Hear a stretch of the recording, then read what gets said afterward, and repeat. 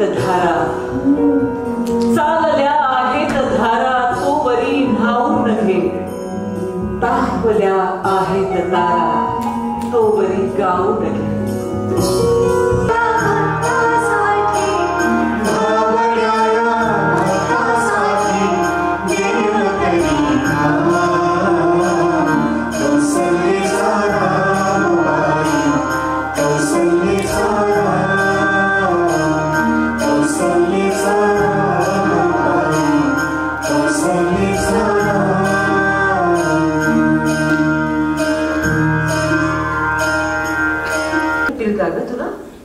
हो भेटतील ना. हा, एक निरोप देशील त्यांना माझा? हो. त्यांना म्हणावं मी शोधतेच आहे कविता बरं का, मिळेल 1-2 दिवसात नक्की मिळेल, पण त्यांच्याकडे आहे ना तेवढा वेळ? विचारशील? विचारीन मी पण आहे, म्हणजे 14 ऑगस्ट पर्यंत वेळ आहे, अगदी 14ची रात्र सुद्धा चालेल. अगं नाही तसं नाही काय आहे, काही एक नियोजन असतं ना वेळेचं, म्हणून.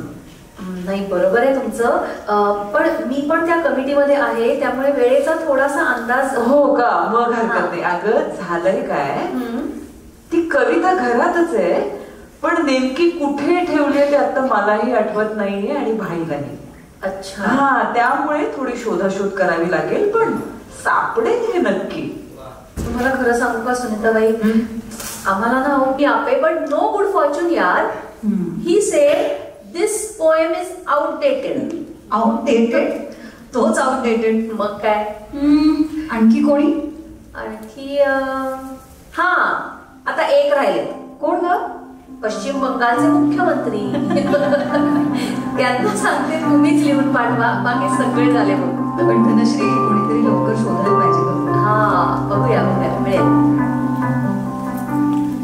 कविता आणि कवितेचा शोध. कविता आणि कवितेचा शोध यात आम्ही 4-5 जण पार बुडून गेलो होतो. साधारण 20-1 वर्षांपूर्वीची गोष्ट आहे. ज्या हॉस्पिटलमध्ये मी काम करत होतो तिथे आम्ही काही उत्साही मंडळी एक भित्तीपत्रक चालवायचो, म्हणजे पाक्षिकासारखं, वॉल मॅगझिन. दर 15 दिवसांनी नवा मजकूर.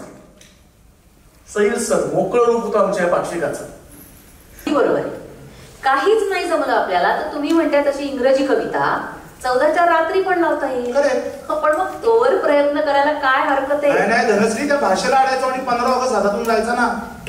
आपली कमिटमेंट तारखेची आहे ना बाप्पा. वजावर आपण अडायला हवं भाषेला. कारण काय, आपण कवितेविषयी बोलतोय की नाही, आणि कविता आली की भाषा आलीच.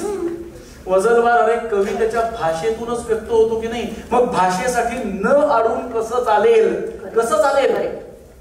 मित्रांनो, स्वातंत्र्याच्या निमित्तानं कवीचा, कवितेचा आणि भाषेचाही सन्मान करावा, हेच आपलं सूत्र आहे की नाही? भाषा खूप भाषा महत्वाची आहे. चर्चा पुरे, खरंच चर्चा पुरे. आपण सगळेजण मिळून ह्या कवितेचं रवींद्रनाथांच्या हस्ताक्षरातलं मूळ बंगाली स्क्रिप्ट शोधणार आहोत. ठरलं? चला ठरलं. मूव.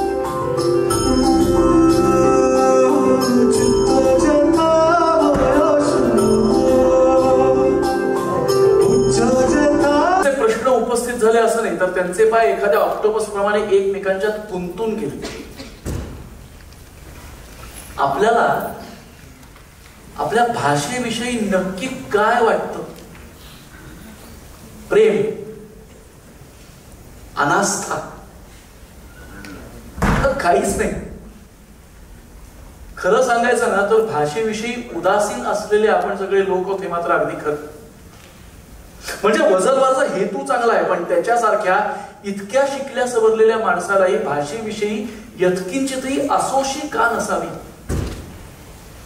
चालायला निघालं की डोक्यातला गुंता कमी होतो. पेळूतून सरळ सूत निघावं ना तसं विचारांचं होतं. तो अगदी विनासाया, सहज आणि सलग सामोरा यायला लागतो, असा माझा अनेक दिवसांचा अनुभव आहे. म्हणून मी चालायला बाहेर पडलो आणि आधीच्या चर्चेच्या पार्श्वभूमीवर मला एक गोष्ट आठवली. एका माणसाला काही पैसे मिळतात, त्यातल्या अर्ध्या पैशातनं तो भाकरी विकत घेतो आणि उरलेल्या अर्ध्या पैशांची फुलं. ती खुर्ची थोडी तिरपी करून ठेव रे खिडकीशी. हा तिथे उजवीकडच्या फांदीवर तो शिंपी घरट बांधतोय बघ. हा भाईला दिसेल तिथून सहज. हा ताई. सुनीताबाई, 1-2 मिनिटं आहेत बोलायला. कोण? धनश्री? हा. अगं ये ग ये, बोल. आणि पुढच्या 10 मिनिटात मला धनश्रीचा फोन आलाच. समीर, हा बोल. मी बोलले सुनीताबाईंशी आहे. वाव. त्यांच्याकडे आहे ती कविता. क्या बात. आणि अरे मराठी तर आहेच, पण हा. बंगाली सुद्धा आहे. आणि त्याच्या पुढे जाऊन त्या असंही म्हणाल्या की रवींद्रनाथांच्या स्वतःच्या हस्ताक्षरात लिहिलेली ही कविता त्यांच्याच एका बंगाली पुस्तकात आहे. मस्त. आणि त्या कवितेची एक फोटोस्टॅट कॉपी सुद्धा आहे, सुनीताबाईंनी कुठल्या तरी पुस्तकात जपून ठेवलेली. अरे बारी. हे त्या देऊ शकतील ना आपल्याला? अरे 100%. छान. खुशच झाल्या माहितीये मी हा. विचारल्यावर. लगेच शोधते म्हणाल्या. ग्रेट. हा. आता एक अवघड प्रश्न. हा. कधीपर्यंत देतील? अरे मी त्यांना सगळं सांगितलं, म्हणजे आपल्याला कधीपर्यंत हवे, आपला त्याच्या मागे काय विचार आहे, सगळं सांगितलं. ओके. 1-2 दिवस द्या म्हणाल्या, कारण त्यांना ना नक्की कुठल्या पुस्तकात ठेवलीये ते आठवत नाही, पण शोधतायत आणि देतायत नक्की. हॅलो भानू, ऐक, आज येताना गोविंदालाही घेऊन ये रे जरा बरोबर. आणि दोघेही चांगला वेळ काढून या. वरच्या कपाटातली सगळी पुस्तकं खाली काढायची.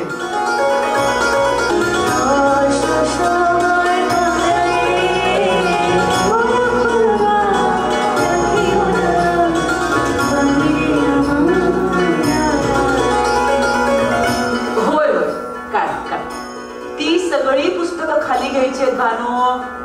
काय आहे त्यात? म्हणजे सगळं खाली घ्यायपेक्षा वरच बघतो की. तुला बंगाली येतं का? नाही जी. मलाही नाही येत आणि भाईलाही येतं.